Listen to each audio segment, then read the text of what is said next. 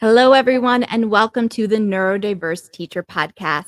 Today, my guest is Soslan Temanson. Soslan was born in Russia and surrendered to an orphanage at birth. Soslan was adopted by a family from Oregon, and 2 hours later, after leaving with his new parents, the orphanage was bombed by Georgia. After moving to America, Soslan experienced many challenges as he joined the Air Force and later started a hospice ministry called Meet You at the Finish Line. Soslan credits his incredible life story and desire to fight for freedom to the influence and protection of God. Well, Soslan, I am so excited. So welcome to the Neurodiverse Teacher Podcast. Thank you for the introduction, and thank you so much. Thank you. Yeah, absolutely. So the first thing I want to jump into and learn a little bit more about you is just tell me about this incredible life journey you had. I mean, it sounds like just from day one, you have a story to tell, and I'd love to learn about that and how that has essentially influenced you throughout your life. Oh, absolutely. One thing that I found out throughout my life and stuff is that no matter what, I've had so many opportunities to near-death experiences. Oh, wow. Where when you're born in a hospital. So part of Russia I was born at was Vladikavkaz, Russia. So I want to kind of get a little bit background. Mm-hmm. Now, Vladikavkaz, Russia was in a time of war, and our city was the brunt of the war because Georgia, the country, was defending itself. And so what happened is that our city ended up being the brunt of it. Mm. And then on top of it, we had a civil war within the city as well. So it was a very hostile environment. And it was not an environment that I would raise any kids or have anybody to grow up in. So that was the first beginning years of my life. And it was one of the worst. No, I wouldn't say the worst times. It was more of like, okay, living on the edge kind of years throughout. I got too close for comfort. And when I was actually in the orphanage, I wasn't supposed to be in the orphanage. I was actually supposed to be in Moscow making weapons for the Russian military at a very young age. But I was kept by two older gals. They kept me in hiding, and because I was the oldest one at the orphanage, and so when my first family went there, they only went for one girl, but they ended up taking back 4 boys and 3 girls. Wow. And I was one of them. And I think it was my bloated stomach that was almost, and my charming smile that allowed me to get picked. But I don't know if it was or not. But am I blessed to be out of that situation? Yes. And that's what kind of led up to my instances of going in the military and going through during the hurdles of that time. It was one of the, the bullying part, I would have to say didn't take me down because I knew that I had to keep going. Yeah. I had to keep persevering.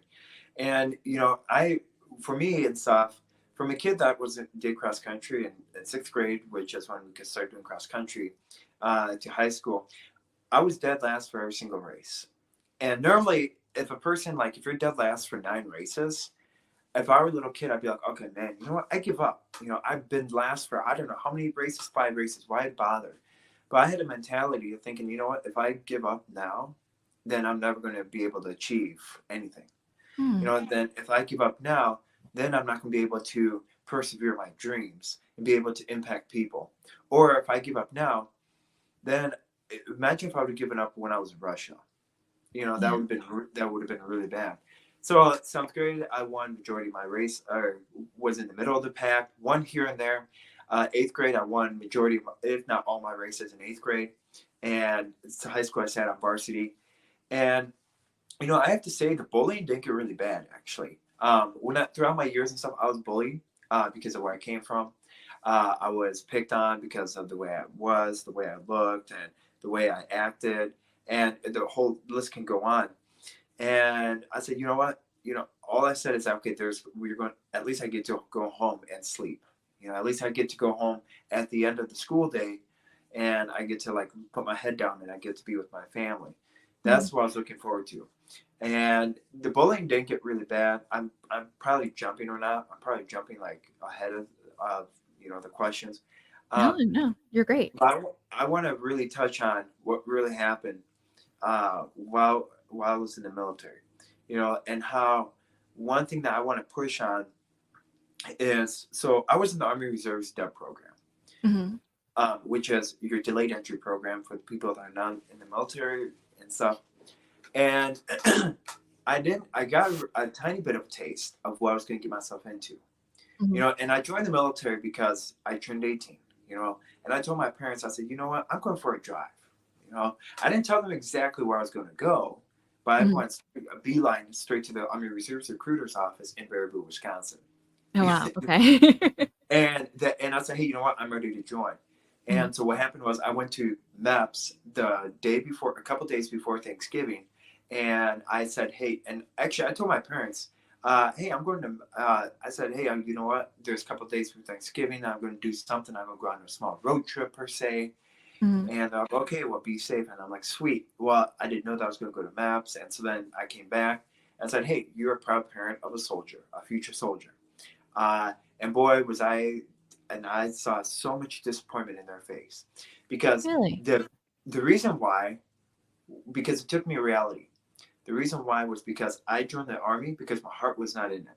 First of all, when I turned 18, it was more of a rebellion, number one. Number two, I Mm-hmm. had a mentality thinking, okay, I can do anything I want now because I'm 18 and I'm an adult.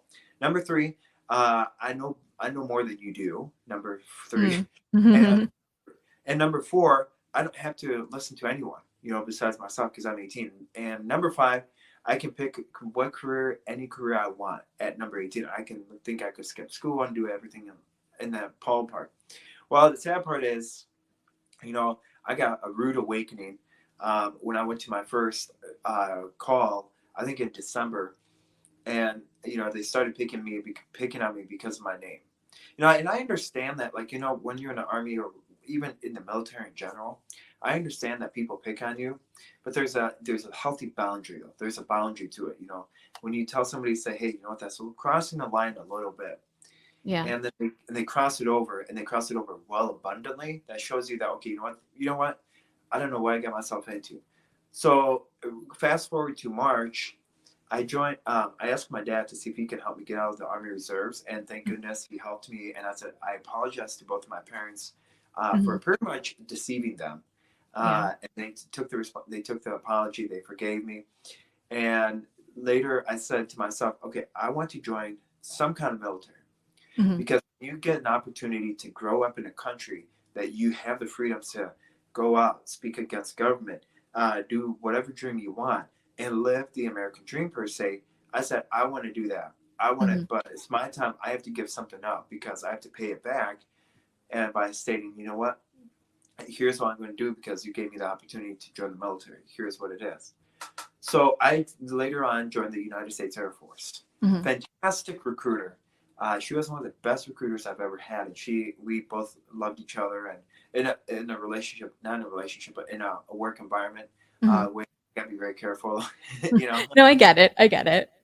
Um, and so it was interesting because I fly a lot. I travel like either by car or by plane. Mm-hmm. And he's like, "What was your worst flight?" And I said, "You know what? To be funny, it's not Frontier. And here at the Frontier Airlines, flying with them can be a little bit hectic. But it was actually flying from Milwaukee to Minneapolis to San Antonio, Texas, and it was Mm-hmm. on Delta Airlines. It was Delta 4852 Mm-hmm. and Delta 79. Now it was the two flights because I remember it. And it was interesting because during our commute time, I was so worried about, okay, you know what, I've joined the military. Okay, what's next? Okay, I don't know what to do. I was like scared of what's going to happen. I was scared of what people are going to think of me. I was scared, and I was, thinking, okay, somebody could pick on me because of my name. Is somebody going to do all this? So I Mm-hmm. had to be very conscientious of it.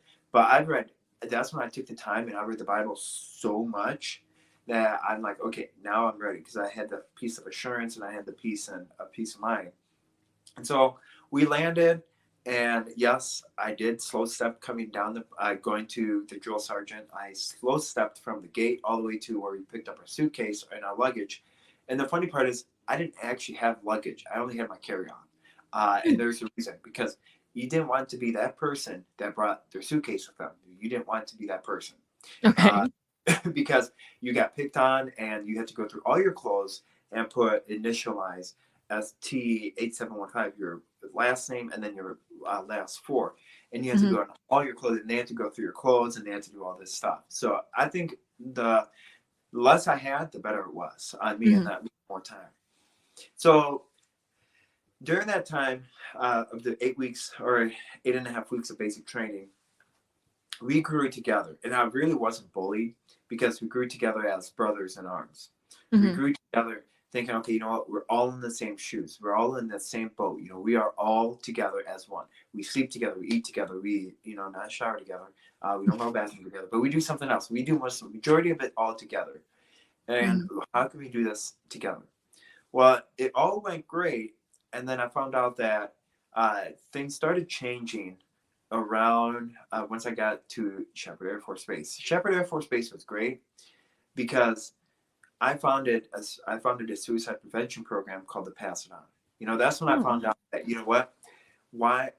Here's a question I started coming about because we had an instructor, Mhm. Master Sergeant, been in for 28 years, committed suicide at Shepherd Air Force Base.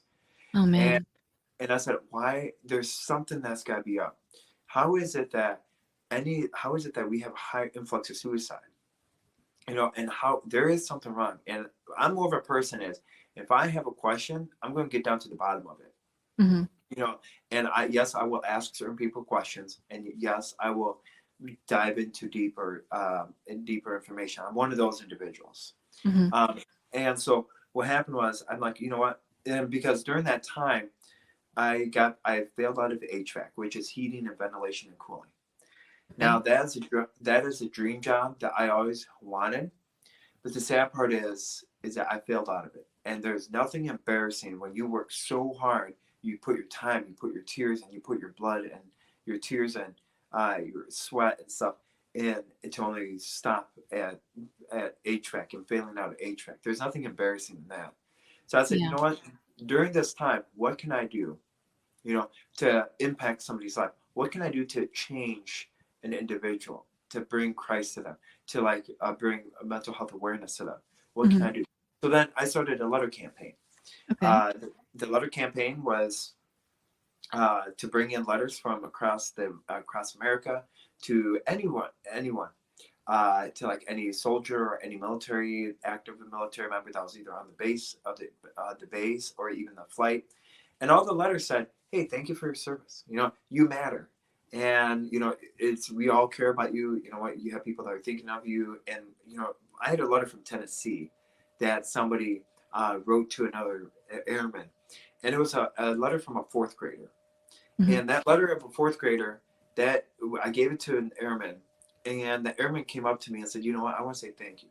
I said, "What do you mean? I didn't do anything like that card. I don't know what you're talking about." He's like, "That letter that I received from that fourth grader Mhm. saved my life because I was going to commit suicide that night, and it's because of Oh, your wow. yeah." And I said, "Wow." I said, "Well, you can thank God because He has a bigger plan for you." And so that's where that kind of ministry kind of went into ground. Yeah.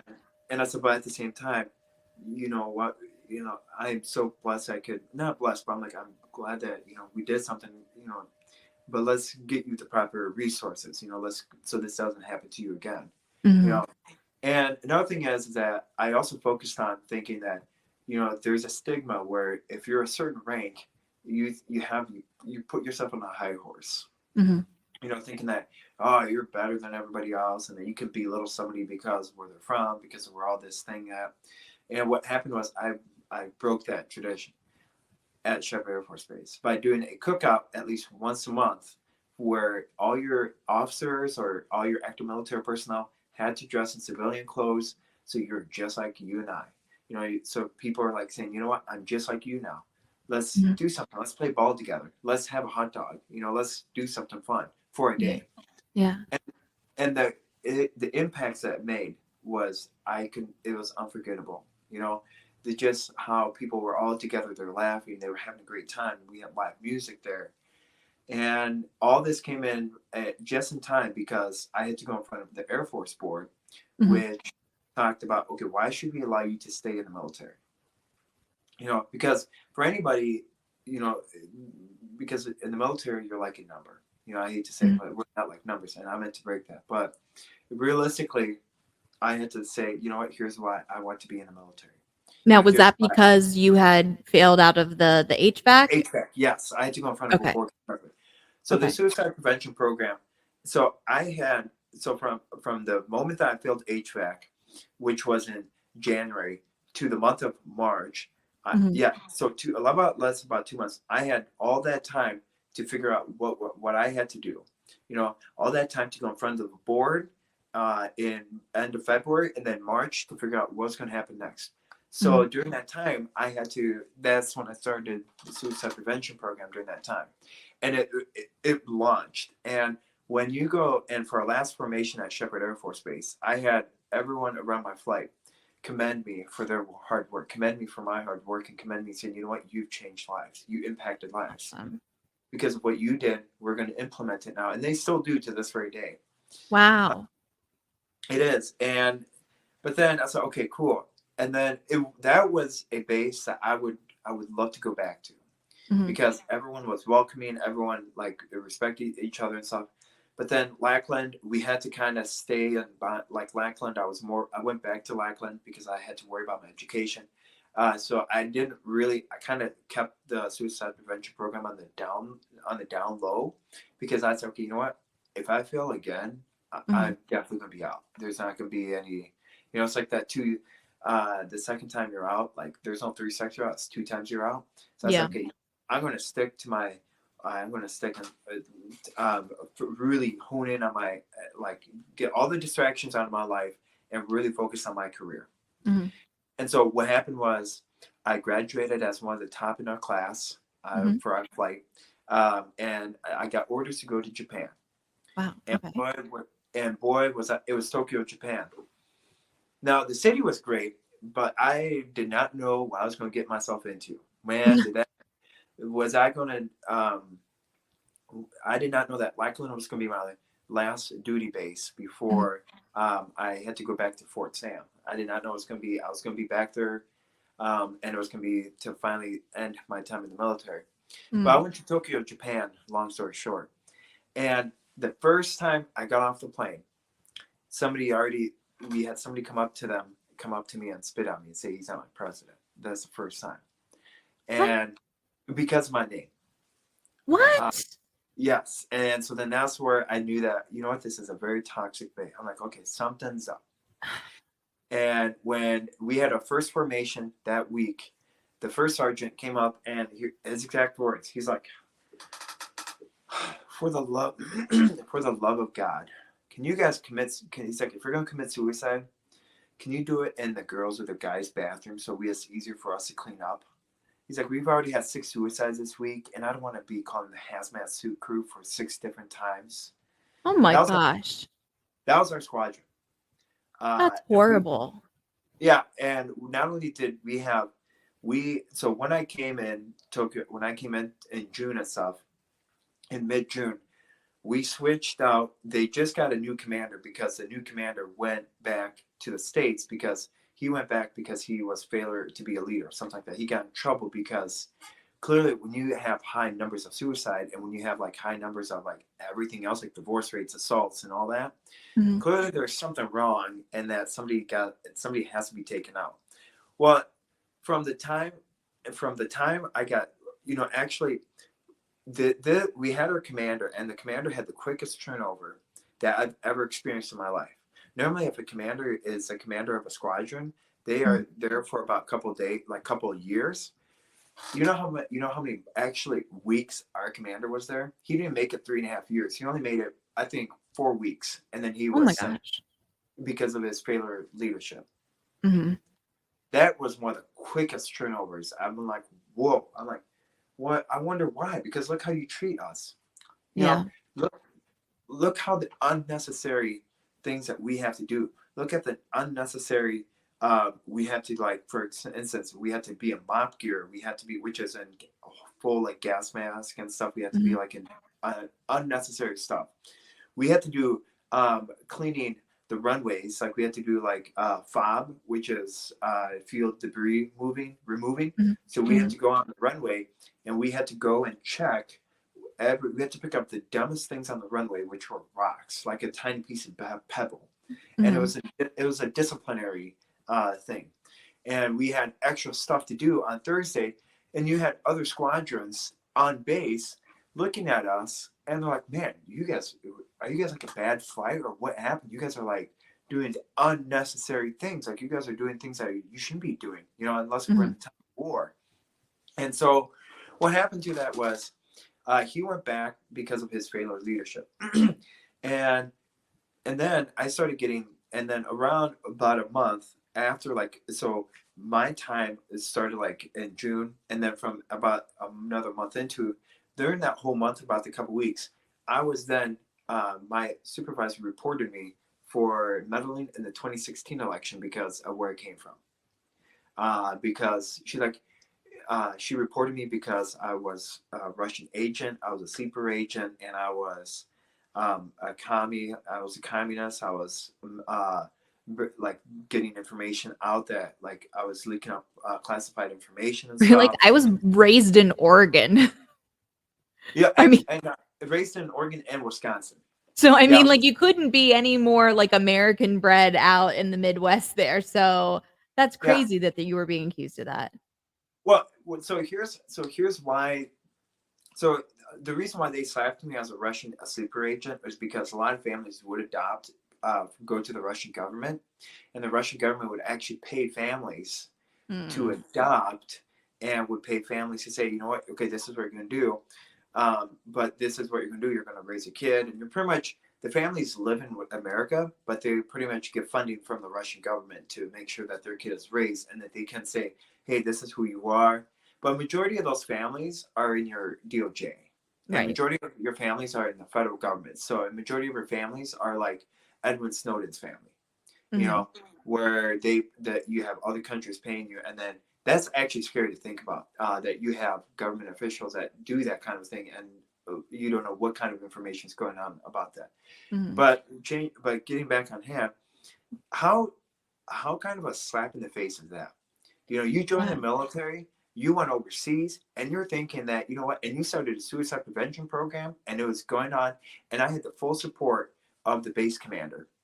But the only support that I didn't have was your my own squadron.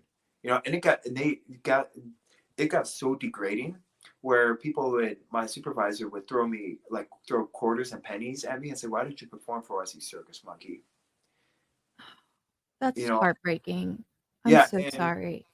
and not only that, but and I'm like, well, why would I? Because for me, I have this mentality, like, if you see like, and now there's context behind that. Mhm. So back in Russia, back in the Soviet Union, and back in Germany, they would throw quarters and pennies at the Jews when they were in cages, and like going onto Auschwitz or any concentration camp. Yeah. And because people are looking for money and stuff, your Nazis and your Soviet Union's army people would throw quarters and pennies, and they would like beat each other up over it. So it was a very degrading, dehumanizing thing. Yeah. So that's, to me, that was very degrading. Um, and then they scrutinized me because I ate too much. They called me a Russian Jew because I had a big nose, and they had no respect for me at all. They would say, "Hey, Kami," instead of using your last name, instead of using your full official name, they wouldn't. They say, "Hey, Kami, why don't you come over here and do this thing for me?" And not only that, but like they would always play the race card on me and stuff, because if of course, I can only handle so much. Well, I could only handle so much. Yeah. So what happened is I would report to the Inspector General, the IG, and then Mhm. what happened is that the IG was in on the whole thing, and he like said, "Well, I don't want to get them in trouble because I'm not racist or anything, but they were African Americans." And the whole thing is that the way, and I said, well, I don't care if I said, I have plenty of friends, no one, there should be no respect. There should be some respect at least going on in here. And even our base commander, he said that something has to be done, because the way that, and he's like, and she's like, well, the way, and then she kept on targeting me. She's like, well, it's your people that enslaved us. And it's like, what do you mean by my people? I'm like, I just came to America. Like, I immigrated to America. I don't know. I'm like, I don't know what you're talking about, you know? And the fact that she's like, and, you know, she tried to throw stuff at me. She tried to put like letters of reprimand because, you know, I rode my bike I rode my bike to work. And so she put a letter of reprimand. They were literally after me, you know? And she said that, you know, and then what also happened is that she said that I said some like racist slur, and I said like some racist stuff towards them and did something towards them. Well, all of it went out the door because the base commander, he knew exactly what kind of person I was, and he's like, no, he's like, I said, you're just a bunch of BS. So look how they, I mean, no, he's like, I'm gonna throw all those out. And even I had the support of my chaplain, who was, you know, who was like actually had my back. And I said, hey, you know what? This is what's going on. And he went into it, and he's like, it was absolutely uncalled for, you know, Yeah. because they targeted you, and they thought because you're from Russia, they could slap that on you, you know. So then, you know, once I started like saying, hey, you know what? I was wondering if I can get like see some mental health. So then they scrutinized me for going to mental health. And one of my my supervisors, and I said, hey, you know what? I was wondering if I can go to mental health shift. All right. She stopped in the middle of our office because we had an office kind of environment. She's like, all right, the Russian Jew has to go see has to go to a mental health doctor because clearly he can't handle the military and stuff. He's like, why didn't you go? He's like, and then she threw a quarter at me. She's like, well, why didn't you fetch that, you Jew, and stuff and all that? And I'm like, no, like, well, I'm not going to pick that up. And she's like, well, why? She's like, okay. Then she threw a penny at my head, and she's like, okay, now you're going to pick it up, and now you're going to perform for us before you go and see mental health. Oh my God. Yeah. I'm speechless, and that doesn't happen often because I can't. That is, It, I have tears in my eyes because that is just disgusting, and I am so sorry that you had to go. Nobody should ever have to go through something like that.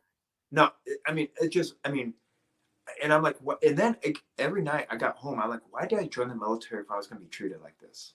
Yeah, but it didn't You sound know, like that was the experience you were having at the fort where you had established your shepherd. suicide prevention Yeah. program. No, it was not. And I said, why did I join the military if I was going to be treated like this? You know, it was not enjoyable, you Yeah. know, and the fact that, you know, they now and then through like the months I was still there, leading up to October 2nd, they said that my suicide prevention program was to overthrow the government. And so then they slapped that on there, and then they did another investigation on what the real intention was of starting the suicide prevention program.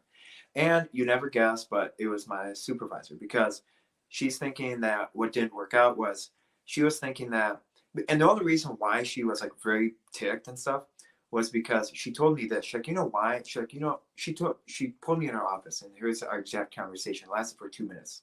She pulled me in. I was doing computer work. I was like doing my work that I was actually doing. I just finally got starting to work and stuff. She pulled me to my office. She threw a penny. She's like, hey, Jew, why don't you pick that up and come into the office? And I'm like, no, can you use my name? She's like, well, oh, you're going to complain now? She's like, well, why don't you apologize to my people and stuff for the names that you've been calling us? And I'm like, dude, why? I don't see the correlation there because it's not like you had been nasty to her and this was some kind of tit for tat type of thing. Well, she was, well, give or take. I mean, she was not, she was black, you know, but there's not, to me, I don't look at colors. Mhm. If you look at colors, there's something wrong. To me, it is, because, you know, for by the blood, we're all the same. So No, last I much, agree. It's the person. It's who the person is, how they treat others, how yeah. they I agree with you on that. Yeah. And what happened is, so I said, okay, you know what? I'm like, okay, so you know, and then I'm like, I gave the penny back to her and stuff. And I said, you know what? And she's like, well, she's like, why don't you close the door? And I'm like, no. At that point, I had all arms on. Like, I had, like, you know, my instincts on. I'm like, I know exactly what you're going to do. I'm not going to be closing any door. And I said, ma'am, I'm not going to close the door. She's like, oh, why not? I'm like, because I don't feel comfortable with the doors closed unless if somebody else comes in there. She's like, did you not get your kosher this morning? You commie. And I'm like, can you just stop with the name? She's like, oh, we're insensitive, are we? And stuff. Oh my gosh. And I'm like, okay, no. I'm like, okay, what did you want to talk about? What did you want me to talk about? And stuff. She's like, well, it's about your work performance. She's like, you're a very slow typer, number one. She's like, number two, I think, I remember, she's like, we work faster, you're a very slow typer, you talk too much.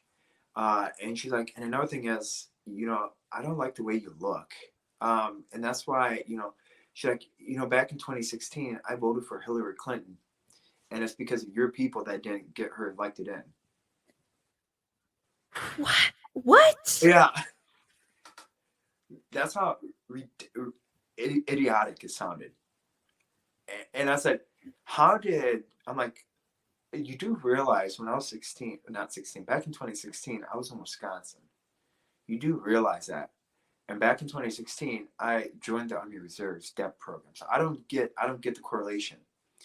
And then she went on about how she was so distraught and how she's like, I have to see mental health because, I can't get the fact that, I'm never the same because of it. I have PTSD from it. It's because of your people. Wait, so she goes to mental health, but then she gave you a hard time for your need to go to mental health?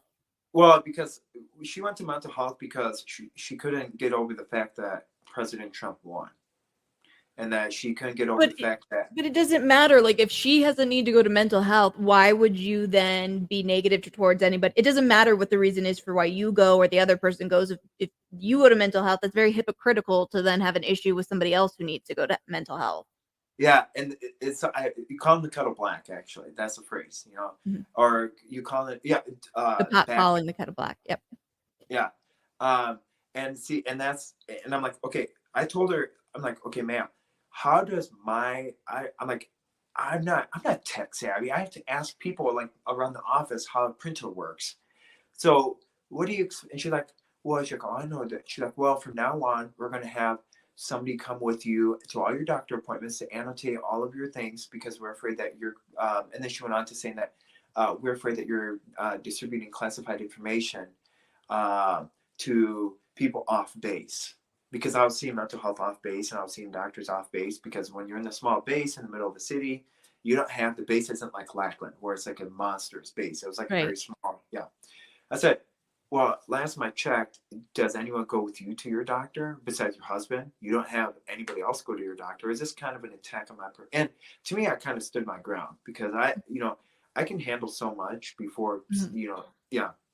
So I said, well, I don't have anybody else go. I'm like, what do you expect? I give you everything I give you. I give you all my documentation because I always ask for paper at the doctors when I was in the military because I knew exactly what they're going to do. When you have that, you shouldn't, and I should have not been thinking that way. That's why I said, you know what? I gave you all my papers. I gave you everything. I even give you my call list. And a matter of fact, you guys went into my phone because of the investigation.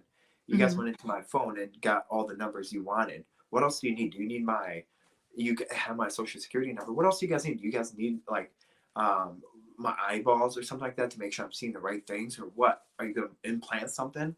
So then what happened is I checked, well, we want to make sure that, what you're saying is true and what the doctors, they're actually doctors, not Russian agents and not the Russian military and stuff. And she's like, and this is coming from our squadron commander. And by the time we got new squadron commander, and he did not like me whatsoever. He pulled me aside. He's like, I don't like you. And I'm like, what? And I'm like, why is that? He's like, my family despises Russians because of what your people did to us back in the 60s. Building those bunkers is because of you. And I was like, wow. You're like, I have nothing to do with this. Like, zero to do with this. Yeah. And I'm like, wow. I'm like, I'm like, you don't even, and I told him this. I said, I was born in Russia, but I'm an American. Well, better yet, I said, you don't even know. I'm like, have you walked in my shoes? I'm like, have you even walked in my shoes? I'm like, how embarrassing is it when somebody asks you, well, you didn't have to come to America, did you? You didn't have to vote. That's when that's one of my investigations. So I was under investigation. So I had about 9.5 hours of scrutinizing. So I had Office of Special Investigation. And so they spoke about what I did on election day. So, and eventually ended up being the Air Force saying that, you didn't have to join the military, did you? Or you didn't have to come to America, you know? Or another thing is, you didn't have to hop on that plane. And another thing is, and then the last question is, well, another thing is that you didn't have to leave Vladikavkaz. You chose to leave there. Were you like, I was adopted? I'm like, I'm like, I'm like, oh, I'm like, what? My mind, I don't even know how to respond to what you just said to me because like I can't even follow the logic on that. So I have to ask you because I want to make sure we get a chance to talk about this before our time is up How today. that correlated?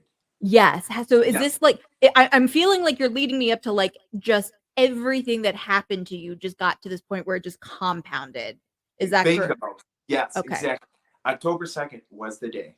Mhm. And that I remember, well, I hope I remember it.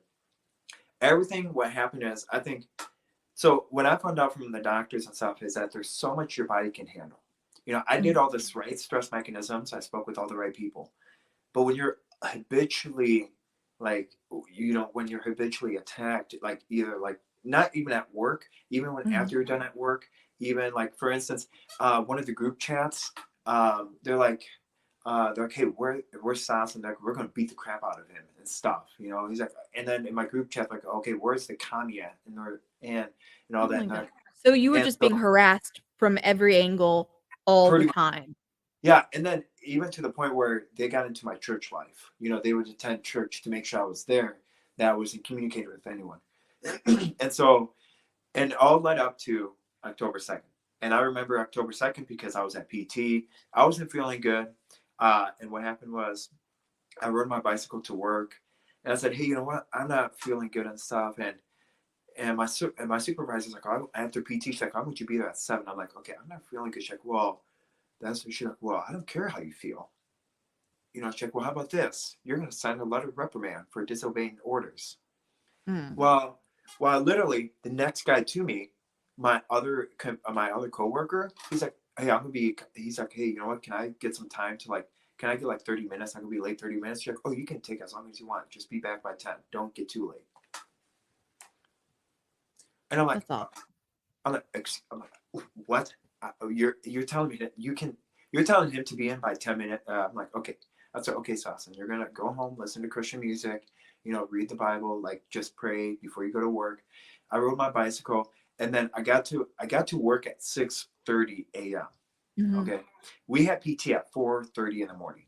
Mhm. Okay, now you talk about, I got there at 6:30, and what happened was I was the only one in the office, and that's okay because like I always get to work early. Normally we got there at 7. Normally we have to get there at 7:30, but then she told me to get there at 7 o'clock, so I said yes.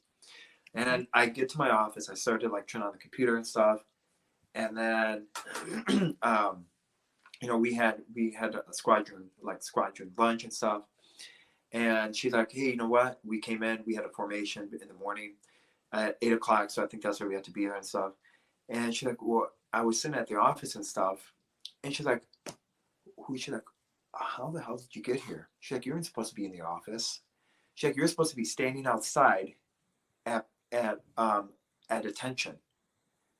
And I was like, "What?" I'm like, "That's not." She's like, "Did you not listen to what I had to say?" And she's like, "What more do I need?" She's like, "Do I need?" She's like, "Am I? I'm not." She's like, "Last time I checked, I'm not special needs, And so then I had to like turn off my computer, and then I had to go downstairs, stand at parade rest for 30 minutes, and then go back up. Mhm. And then we had a formation downstairs, and then she's like, "Well," and then it was like at the end, and stuff, and then our flight commander, he's like, "Well, I guess we have to pray," and "Well, Pastor Boy, give us a condolence or something, like where you have something, or pray to God that you don't know, or we don't know, I guess. Or say something stupid, you know." So, you know, and I'm like, hey, I prayed the flight, and I prayed for our flight and stuff, and then I said, you know, I said thank you for the opportunity and stuff. He's like, I don't. And he's like, don't, nah. And he was like very distraught about it. And then I was like having a hard time, like, and throughout the whole day, I was having a very hard time starting my motor functionality was starting to slow down, you Mm. know, and I was starting to have like, you know, starting to not feel good, and I was starting to look pale. And then thank goodness the duty day was coming to an end. I went to lunch. I rode my bicycle to lunch because heavens forbid I asked for a ride. I would ask for a ride for my coworkers. I go to lunch. We all go to the same DFAC. And he's like, he's like, I don't want you, I don't want you spreading communism. You know, you're a virus. I don't want that being affecting in my car. He's like, you're going to have to take your own set of transportation. And I'm like, dude, we're literally going to the same DFAC. What more? No. So, you know, what happened was that I rode my bicycle, and then I was like having a hard time riding back. I knew that I was starting to feel even worse. I knew that I was starting to slow down, and I knew I was starting to get sick. Long story short, I asked to be sent home, and you know, they're like, I guess you gotta give. He's like, I guess you gotta give us. He's like, I guess you gotta give him a ride home. As a matter of fact, I didn't ask to go home. I asked somebody else from a church on base to pick me up from work, because my own leadership, my own coworkers didn't want to drop me off at my own place. That we all live at the same barracks. It was kind of apartment style. So I said, you know what? I'm wondering, like, and that was going to be my last time at work. I did not know that was going to be my last time at work. Leading up to 8:30, I stood up, and next thing you know, I collapsed. I stood up 3 more different times. I stood up, and then next thing you know, I was paralyzed. I had completely stopped functionality of but my body, and the only thing that was keeping me alive was liquid IV, because the food wasn't intaking. I lost a huge amount of weight super fast, and you know, I thought my parents knew about it. Well, give or take, the only reason why my parents knew what was going on was because of my pastors. I was involved the churches I was involved on base and off base, and but thank goodness the churches I was involved, they kept them informed, so they knew what's going on. But just the military aspect of it is just kind of very sad. Yeah. Very, very sad thing. So I went back to the States. I was paralyzed for about 2 more months afterwards. And then it took me about 6 months, or about 3 more months, in an acute rehab facility. Had to relearn how to walk, relearn how to do your basic necessities, relearn how to talk, relearn how to do everything. And I can say I was a born again Christian, figuratively and literally, because I wanted to join the military to become a chaplain in the Air Force. And the only way I was going to do that was because I wanted to walk in the shoes of enlisted personnel first before going to officers, Mm-hmm. before becoming an officer. Because if you go in the military as an officer, that does something to you. You know, that Mm-hmm. gives you a power trip, and that power trip can lead into very toxic kind Mm-hmm. of mentality. Yeah. So so I didn't want to have that mentality, because I wanted to put people first. Mm-hmm. So I felt like I was kind of robbed, and I was very upset about it, but I kind of overgrew about it. But then I said to myself, while I was in the acute rehab facility, I said, what can I do to make people's lives different? Mm-hmm. You know, what can I do to further impact people? Because in the hospital, if it wasn't without my faith, I don't know what to do with myself. Yeah. Because being in the hospital for that long a period of time, you know, you're alone a lot, because there's visitation time, and that's Mm-hmm. different. Because if you're visiting and stuff, it's just like human interaction stuff with your family. That, you know, they leave, and then you get sad, and then you're kind of Yeah. you're hoping, and then a long story short. So I said, you know what, I'm going to start doing a video podcast. Soslan, we are close to the Yeah, end I'm of our sorry time. about that. No, I mean, I feel like I could talk to you for hours. You've had like such this incredible journey, and I feel like there's so much that we didn't even get a chance to touch on. But before we go, I definitely want to give you, I do want to ask you, it's something I ask all my guests, and that is if you could just give any advice to some young people, young adults who are struggling social emotion, what advice would you give them? Oh boy, that's a good question. I love that question. You know what? With all if people like attack you with who you are, and if they attack you continually, just remember that, you know what, find healthy avenues. You know, find, like, go seek mental health, go see a counselor, go see somebody, because somebody will always listen to you. No matter if you are bombarded with people, there will always be somebody to listen to. There will always be somebody to stop and listen to you. And that's something important because we need that in this day and age, because one attempt is way too many, especially in my book. And not only that, but we have to somehow come together as a community for one purpose. And we also have to come together and we have to come together for a common cause. And that's bringing people together from all different walks of life. And so that's why that's what the one tip is. I love it. I love it. Well, Soslan, thank you so much for joining me today. And thank you to my listeners.